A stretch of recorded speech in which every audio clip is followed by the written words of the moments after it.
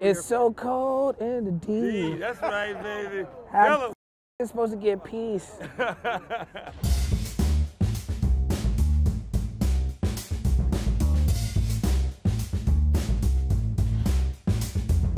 Gutter Rainbows was kind of outtakes or things in Prisoner Conscience I was working on, but I felt demanded immediate attention. Gutter Rainbows was a record I put out for necessity.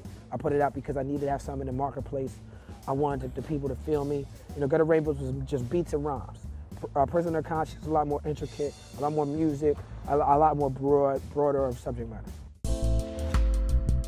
I have a house in LA, and I pay attention to the music. I've been listening to Kendrick Lamar for a long time. Kendrick came over to my house actually a long time ago. He had a record with U&I, and he came over to the crib to do a radio show, and my wife, she had a radio show, and I heard him rhyme back then. And I was like, yo, he's incredible, and I kept in touch with him and his whole crew, you know, the whole Black Hippie crew.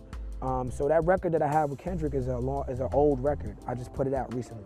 What's the name of it? Push Through. Nelly is an artist that is very passionate about music, and he couldn't be as prolific as he is. Like, Nelly sold more records than anybody from 2000 to 2010, more than anybody ever in the whole business. And he couldn't have did that unless he was dedicated to music, you know? And it's like, so the song that me and Nelly did together was about being dedicated to music. It's called Before He Walks. And it's over E. Jones beat. And there's certain records that I like Nelly on, that I think Nelly sound good on, like Hot in Here or Air Force Ones. You know what I'm saying? Like, those are records that me personally as a fan, I like those records. And I felt like, you know, he's a friend of mine. He was over at the crib. And I feel like if we're gonna do a record, we gotta do a record about what goes into making those type of records.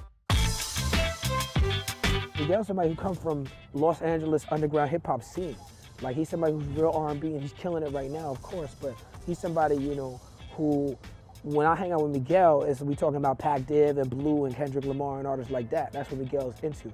So before, I noticed that his big records at the time when I worked with him was records with Wale, records with J. Cole. So I felt like Miguel would be somebody who made sense for my album because he understands the MC part of it.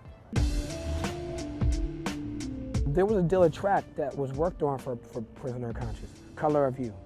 And I finished it, and Mike Posner's on it, but it's not gonna be on the album. It's gonna be on whatever next project I do. But I did work on a Dilla track for this album. And that's finished? It's done, the records. I was thinking about putting it out today, actually. I was going to, but I got so much going on with POC, like, yes sir, yes sir, yes sir. I got so much going on with trying to promote the records I got out. I didn't want it to get lost in the mix. So I'm gonna put it out maybe like in a few months.